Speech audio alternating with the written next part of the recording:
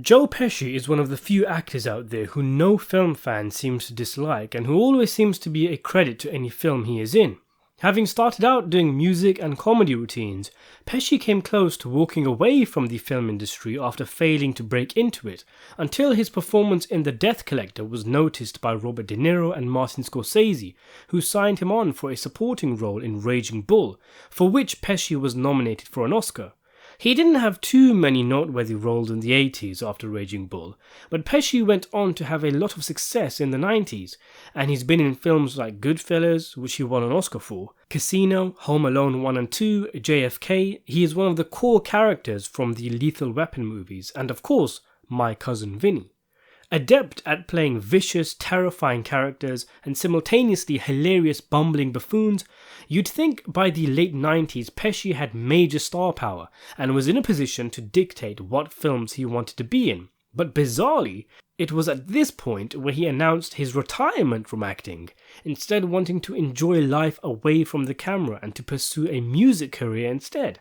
He has popped up here and there since, like a cameo in the De Niro directed movie The Good Shepherd, a voice acting gig in a Russian animated film, and a Google advert where he reprised his role from Home Alone, but he has pretty much successfully been out of the game. That was until Martin Scorsese and Robert De Niro asked him to be in The Irishman, of course, Scorsese's long-gestated mob movie reunion film.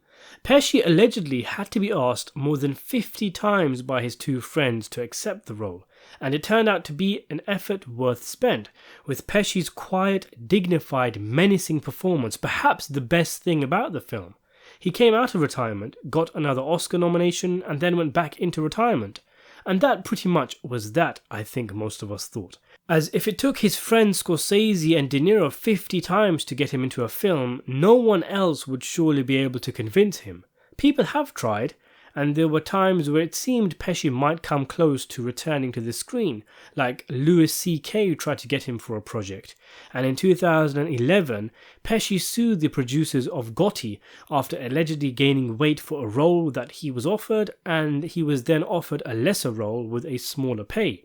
With that being said, it appears Pesci is returning to acting. Not necessarily on a full-time basis, but Deadline have reported that the 79-year-old has joined the cast of Bupkis, an upcoming comedy series starring Pete Davidson and Edie Falco, telling a fictionalized version of Davidson's life. Falco will play Davidson's mother, and Pesci will play Falco's father. So there you have it. It's not exactly Lethal Weapon 5, but if you're someone who really wants to see Pesci on the screen again, this is probably as good as you're gonna get it. I don't actually know who Pete Davidson is. I had to look him up and then saw that he was getting just roasted online for not being a funny comedian. So it doesn't appear to be a prestige television project for Pesci, so who knows what his reasons are. Maybe it's easy money, maybe he's doing it for a friend, or maybe he just wants to exercise his acting chops in a small role with little pressure. Thanks for watching.